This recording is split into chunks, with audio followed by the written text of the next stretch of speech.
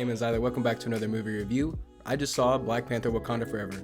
Black Panther Wakanda Forever is the third film that I've seen by Ryan Coogler. His other works that I've seen are Creed, Black Panther, and of course Black Panther Wakanda Forever. Every time I see a Ryan Coogler film, I always leave the theater very satisfied, this one included.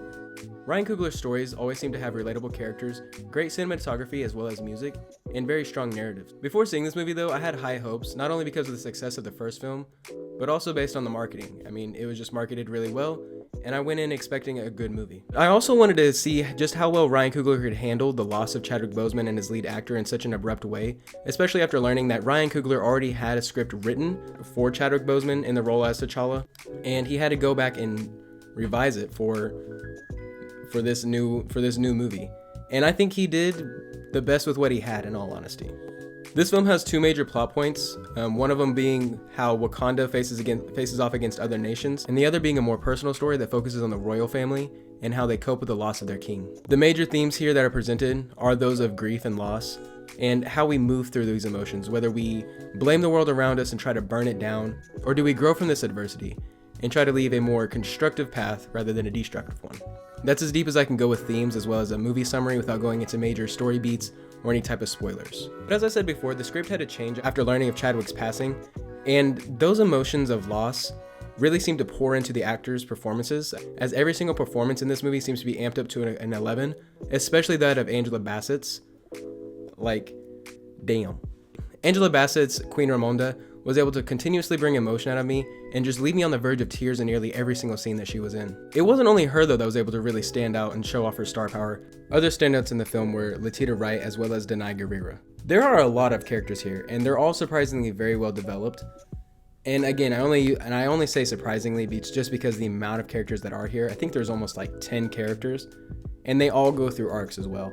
The amount of characters here really don't work as a detriment to the film, as they all are really relatable, and all of their motives can make sense to the audience, and as well as you can really put yourself in the shoes of these characters, so you feel all of their emotions and you think that all of their decisions make sense, especially with dealing with the loss of their king. It's only been a year. This movie has a large focus on character growth and development, because it serves as both a sequel and an origin story.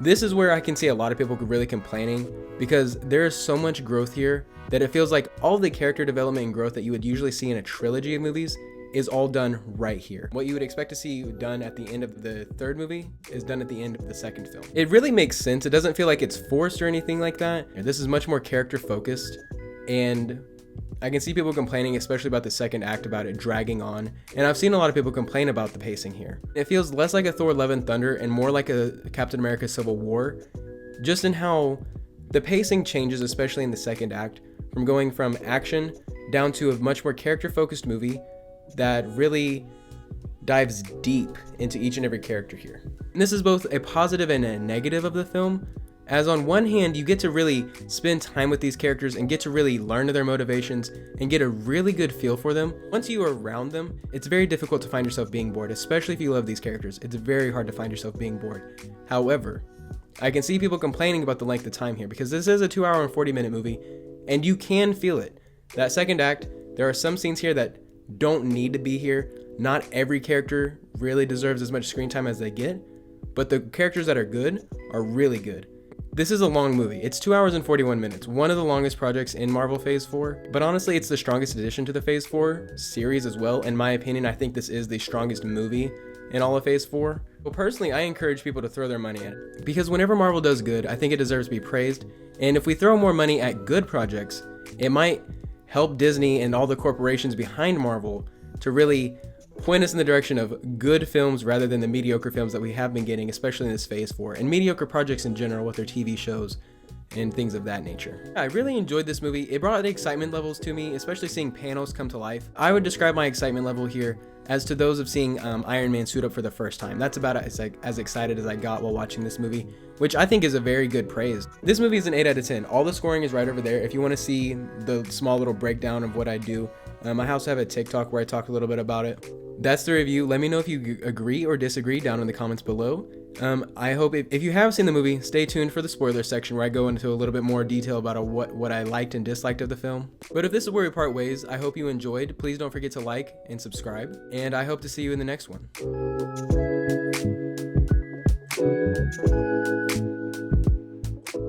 Welcome to the spoiler section of the review. If you stayed this long, I'm assuming that you've either seen the film, don't care if it's spoiled for you, or you just enjoy the sound of my voice. Either way, I'm all for that, and I hope you're willing to have a discussion with me about this movie. In the spoiler sections, I really want to focus on the plot of the story and what I think worked and didn't work in the movie. The plot was the weakest point of the film, and the fact that the plot here is a 7 and not any lower, in my opinion, is a real testament to just how well Ryan Coogler is at being able to juggle such a large cast, as well as being able to basically script doctor his own script that was already written. Honestly, all praise to Ryan Coogler. He's a very talented director so far and has not led me astray. So the story opens up with a chaotic scene in Shuri's lab as she attempts to create a synthetic heart-shaped herb that can save T'Challa's life. Like, this scene induces a lot of panic as well as confusion, especially in the audience members, and we can really reciprocate those feelings from the characters that are on screen. And I think that communication between characters and audience is very, very strong in this scene. In the characters' eyes, how they feel about the loss of their king and T'Challa, we feel about the loss of Chadwick Boseman. And I think that's a very beautiful connection between the audience as well as the characters. Since the audience knows the outcome, I feel like it does a great job of making us feel not only the severity of the situation, but also the feelings of helplessness that Shuri and the Queen both are experiencing in this moment. And this is also the first time that the audience may experience strong emotion as these events transpire. Followed is a large tribute to Chadwick Boseman, with the Marvel Studio theme being silent. Instead of being filled with different scenes that come from Marvel, they're all just Chadwick Boseman. A beautiful tribute. Afterwards comes the funeral of T'Challa, which this whole beginning part is just a big gut punch, with one emotional scene after the other. So we have Shuri not being able to help her brother. We have Chadwick Boseman's tribute, as well as the funeral of T'Challa. All of these moments, one after the other, are just giant gut punches. They can even make the most emotionally constipated person in the world cry, swear to God. As the story continues from that sequence, we also get another really good horror sequence that includes both the Telokananians, they're not Atlanteans, they're from Telokan, so Telokananians, that's what we're gonna go with. As well as the first introduction of Namor, and they do a really good job of making a otherwise goofy looking character be menacing. I mean, he is a guy with wings on his feet. Let's be realistic, it's very hard to pull off a menacing man with wings on his feet, and I think they do pull it off. But the reason they show up is that the military has been able to create a device that can find vibranium, which is something that can't be done before this, and they find vibranium in the ocean. After this horror scene and being introduced to Namora and Atuna, it might be Atuma, but Atuna is a much better name. Tuna, guy that lives in the ocean. Anyways, Namor then sneaks into Wakanda, speaking to Queen Ramonda and Shuri, and basically asking for their help in finding the scientist that was able to make the mystical metallurgy device. Alliteration is nice. Ooh, and rhymes too. Not really seeing any other options because Namor, and threatening them with a big ass army, Ramonda and Shuri agree, and Shuri sets off on a mission with Okoye, who was played by Denai Guerrero. And Denai Guerrero really steps up in this role as well. I think that Okoye has the most flexible emotions in all of her scenes, showing those of anger, fear, loss, torment in some ways, and just pain in general, but also having those scenes of brevity and light and fun. And I think that's a very impressive statement. So while Queen Ramonda has her monologues of loss, Okoye has that and then some. But Angela Bassett's performance, either way, if one of them get nominated for an Oscar, I will not be surprised at all. And if one of them win it, I think they completely deserve it. But after locating the scientist Riri Williams, aka Ironheart, the CIA tracks down Okoye, Shuri, and Riri, and they all escape in their own vehicles. And it leads to a pretty cool chase scene until Namor's forces stop them on a bridge. Which this is my problem with the plot. I think this is like the weird part of the plot. I don't know why they chase them or why they attack them. I think that if someone were to come to me and like try to argue with me that it does make sense, they'd say, oh, well, they found the scientist and that's all they really needed them for, so they're gonna kill the scientist. Okay, well, one, they said to take the scientist to Wakanda, I'm pretty sure, and they don't kill the scientist. So why did Namora and Atuma come and like stop and attack Shuri and Okoye if they didn't need to? Like, if they know where the scientist is at, then what is the point of, employing the help of Wakanda? I don't really get it. It feels like just a way to get Shuri down to Telokan and show off Telokan, as well as get the origin story of Namor in here, which is honestly done pretty well. I just think how we get there is a little bit convoluted and I think could have used some help, but that's also why it got a 7 and not a 10. So, it's fair in the end, I suppose. However, the fight between Okoye and Atuma are also really impressive. It also adds to the point of suspense, which is something that Marvel movies lack a lot, is the feeling of, oh, the hero's in danger. And you really get that sense because Okoye cannot beat Atuma, like, on any level in this scene. And I really like how that's shown as well. Like, it's very evident, and you get a lot of feelings of, like, oh shit, what's gonna happen next? And that's impressive.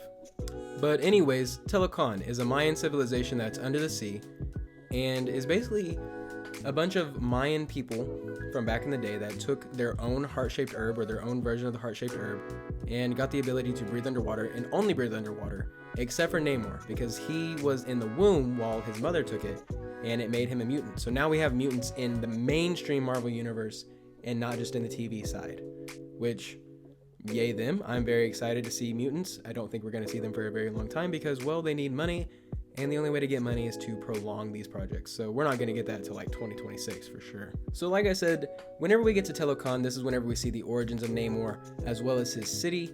But while this is all happening, Queen Ramonda employs the help of Nakia, and also renounces the rank of Okoye. And this is whenever the two characters have the most amazing bounce off of each other, with Okoye and Queen Ramonda yelling at each other, talking about their losses.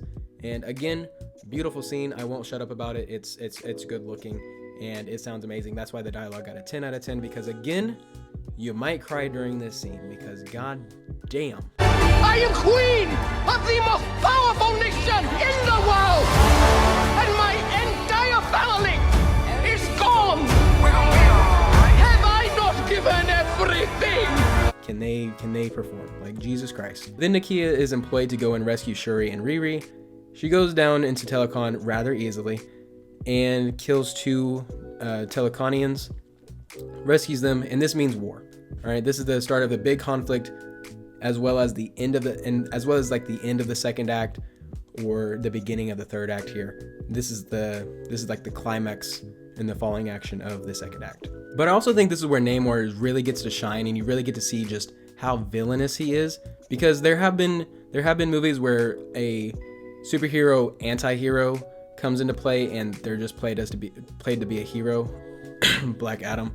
But here it's really shown to be an anti-hero. He's a man with morals, set in his ways, who has a goal, and he will do it any way possible, and he's not afraid of, other people saying, hey, that's mean. He just says, fuck it. He's got a way to do it. He's gonna do it. Namor then floods the city of Wakanda and eventually attacks the throne room with Queen Ramonda and Riri in it. Gotta love alliteration again. And Queen Ramonda sacrifices herself, saving Riri from drowning. And they do it. They kill the queen. Like, holy shit. I wasn't expecting this in the film. I thought they were just gonna save her, just like they do Riri, who is resuscitated after drowning. Queen Ramonda doesn't make it. I almost cried in this scene because, again, all the emotion that she's able to bring out of you, and then to just take that away in a death, like, this movie has balls, and I have to respect it personally. But after this, Namor then exclaims to the rest of Wakanda that they have a week to settle their losses, bury their dead, and if they don't choose to side with Talokan and destroying the world, or taking over the surface world and having the two most powerful nations run the world, then he's just gonna come back and kill them all anyways, because fuck them, like, they're weak. And he just proved it. Like, he just flooded their whole city, beat up all their leaders, and killed their queen. So again, a very, very scary scene set up for Namor.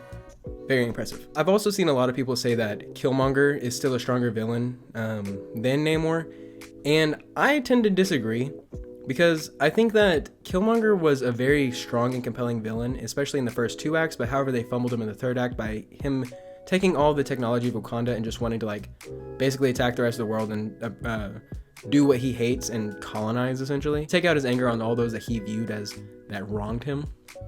Whereas Namor always had this view that the surface world was evil and just wanted to stay hidden, but once the surface world found his hiding hole, he just was like, fuck it, like, we're gonna go handle business. And so I feel like it's not out of character here for him to want to team up with Wakanda to have a little bit more backup and have an army that can actually be on land, like, full time. So that's why I think that, in my humble opinion, I think Namor, in his motives, is stronger than Killmonger. But personally, I liked the performance of Michael B. Jordan more. and I think that's what a lot of people grasp onto. Again, in my humble opinion, that's why this is a discussion. If you disagree, let me know, and we will talk about it. Also, I just want to have a little disclaimer. I have not seen Black Panther in years, okay? I do know that there are points against Killmonger because he does change, and I do remember him changing because he doesn't like colonizers. But then he just goes and like tries to kill all of them. It's like, okay, man, well now you're just killing people. Like that's like blatantly evil. That's not morally gray at all. Whereas Namor is never like that. He's just like, you're not me, fuck you. Like that's where I think the characters here are a bit different, and I think that Namor is a stronger villain than Killmonger. Again, just because of that fumbled third act in Black Panther 1. But hey, that's a discussion. We can talk about it down below. However, with the Queen's death, this sets up the titular suit-up scene, with M'Baku giving wisdom, with Riri building her suit, with Okoye getting an uglier suit, and with Shuri becoming the Black Panther. She also meets Killmonger, and she learns that her path is one of vengeance and one that she's not very, very proud of. She took the heart-shaped herb and was able to crack the code to the synthetic heart-shaped herb, took it in desperation, as well as with having vengeance in her heart, and this led her to see Killmonger in the afterlife rather than her brother or her mom. And this is really heartbreaking to her because, first of all, she didn't even believe in the ancestral plane, and then all of a sudden, now she sees a person that she had little respect for. But I think this is also a really good scene, as it shows that Shuri is not prepared for the responsibilities of being a queen, or for really even holding the mantle of Black Panther. She still has a lot to learn, and she's not ready. I think this also sets up for what happens at the end of the film, which we'll get to in just a second. But I think this is a really good way to say that why Shuri doesn't return after the climax. I just want to say that when Shuri shows up in the suit, like she drops down into the throne room and you hear like the music and you see like the suit glow, god damn does this scene fuck so hard. Holy shit, in theaters, the music, the visuals, everything going on here, I was like, and I just creamed my pants. Like, god damn, this is really cool. I've heard people complain that Shuri is too skinny to be a Black Panther. Personally, I say fuck you. She's a super soldier. Like, it doesn't really matter. And this is what I mean by I did have excitement of like those feelings of excitement, like of seeing Iron Man come to screen for the first time, or seeing let's go with an in-game scene. Seeing Thor go from like depressed fat Thor, Big Lebowski Thor, and like all of a sudden lightning strikes him and his beard is braided and he's like armored up Thor again. It's something like that where you're just like, oh yeah, he's about to kick ass. It's like that, but with Black Panther, and she's a girl. So next, Wakanda takes the fight to Talokan, and they bring a ship. They're fighting them on water. Kinda dumb, but you know, third act's got a third act. I get it. And also here, the choreography's done decently well. There's some pretty cool scenes here. The only thing that I think can make this better is that if there were some amount of gore here, just some light blood splatter or just something, right? You don't have to make it red. You can make it green. They are underwater. You can make it blue. Again, these are blue people. Do something, because looking at some of these attacks and not seeing anything happening, or like seeing people being dragged underwater and stabbed in the water, but yet the water doesn't change color. For me, being an adult, in my adult brain, is like, oh, okay, it's just make-believe. But for kids, I'm sure it's cool. And I get it, it's a kid's movie, but still. If we're dealing with these kind of themes and it's already this dark, might as well add a little bit, a little bit more flavor here. But that's my personal complaint. I think the choreography without any gore looks a little silly, but I understand. However, one part of this third act that was not silly was the fight between Namor and Shuri. I felt like this scene was very brutal and very fun to watch. It's obvious that Shuri is outmatched here and outclassed by Namor's skill, even in a weakened state, because he's a fish man, and if you dry him out, he becomes weak. I enjoy that he has a weakness here, and I enjoy that he's not killed by the end. And she traps him on a ship and is able to like dry him out like a fish. I mean, he is a fish man, as M'Baku says, and this eventually works on weakening him. But he's able to destroy the ship to a point that it explodes over a desert that they were flying over. And this is where Shuri and Namor fight. However, Shuri is easily outmatched by Namor's skill, which I thought was very impressive and very, very fun to watch. Again, adding those stakes and that suspense and adding that interest factor for me. Also, they stab Shuri straight through the stomach, which again, there's points of here that are just so suspenseful for a Marvel movie. Just because it's like, oh, they usually don't do that. They don't do that very often. Like, you don't really see someone just get like stabbed like that. You know what I'm saying? Like name one time in Thor: Love and Thunder where you're like, oh, Thor might not make it right now. Oh man. The only other time that I can remember feeling that way is maybe, and it wasn't even against was maybe Tobey Maguire in Spider-Man No Way Home. That might have been the only other time. And it wasn't even Tom Holland's Spider-Man, it was Tobey Maguire's Spider-Man, right? So I'm just saying it doesn't happen very often that those feelings like, he might, is he not gonna make it? I don't know. So whenever it does happen, I think it's a good occurrence. This doesn't stop Shuri for very long though. She just kind of jumps over him and is able to blow up a piece of the ship that was behind him, eventually scorching him. Sends them both flying. Shuri's able to recover, bring a spear to his neck, and basically brings back the point of who she is, who she wants to be. She sees a vision of her mom, and she's like, show him who you are.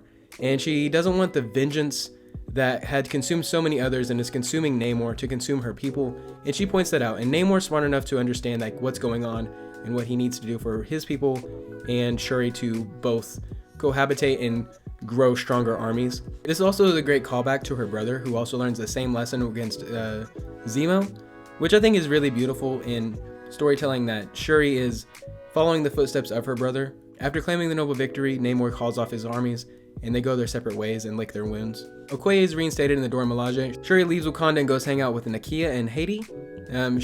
She starts to burn her burial garbs for her brother, signifying that she's willing to move on from her brother's death and let go of that hatred that she's held for so long. Again, signifying the end of an arc. Again, very impressive for a Marvel movie. We don't see arcs super often. Again, Thor: Love and Thunder, there wasn't an arc. Argue with me down in the comments, please. M'Baku is shown to invoke the trial by combat to take control of the throne, and I'm assuming he's going to be the next king of Wakanda. Could be fun to see who's going to be Black Panther. Is it going to, and I wonder how this is going to affect the story, because Black Panther is typically the protector of Wakanda. Of course, this wouldn't be the first time that we've seen a king with a separate Black Panther. For example, Civil War, T'Chaka was the king, with T'Challa being the Black Panther. It could be the same thing here. However, I could see M'Baku wanting the power of the Black Panther. So I'm curious how they're going to have, if they're going to have Shuri be the lead woman and keep her as a Black Panther, or if they were going to see Winston Duke step up even further in his role and become more of a lead and be his own version of the Black Panther, or are they going to Shazam it and have multiple Black Panthers? However, like any good Marvel movie, there is a mid-credit scene here. This one being Shuri hanging out with Nakia again, burning her garbs, and Nakia brings out a kid and says, "Hey, look, this is mine and T'Challa's son that you didn't know about. His name is T'Challa." So, my predictions here: 1, either it's just a beautiful scene and we're like, oh my god, it's his son, it's the living on of a king, holy shit. Or is this kid gonna get aged up with Kang time shenanigans? He is the big bad of this phase, or of this little saga they got going on. Is he gonna be aged up and now we get another T'Challa? I don't know. Again, it brings up a lot of questions of how long is Shuri gonna be Black Panther, whether she's gonna be Black Panther for Black Panther 3, could be M'Baku, could be T'Challa, could be Shuri, could be really anybody. And I think that's something that's a testament that any one of these characters are strong enough on their own to be a Black Panther and actually be interesting. And for the audience to go, I can see that. Nice. Yeah, those are my overall thoughts. I thought this movie was really good. Again, it was an 8 out of 10. That's a good movie on my scale. Yeah, those are all the parts of the plot that I liked and disliked, and my thoughts on the bits and pieces that I found important as we went through them. It's the end of my spoiler section review, and I thank you for joining me on another movie review. Don't forget to like and subscribe to stay informed on any other future updates. I know I don't post very often, but I'm working on it, all right? I'm working on it. Be sure to also tap the bell, because that does something apparently. Like if I review another movie, then you can know. Yeah, my name is Zyler, and I hope to see you in the next one. Peace!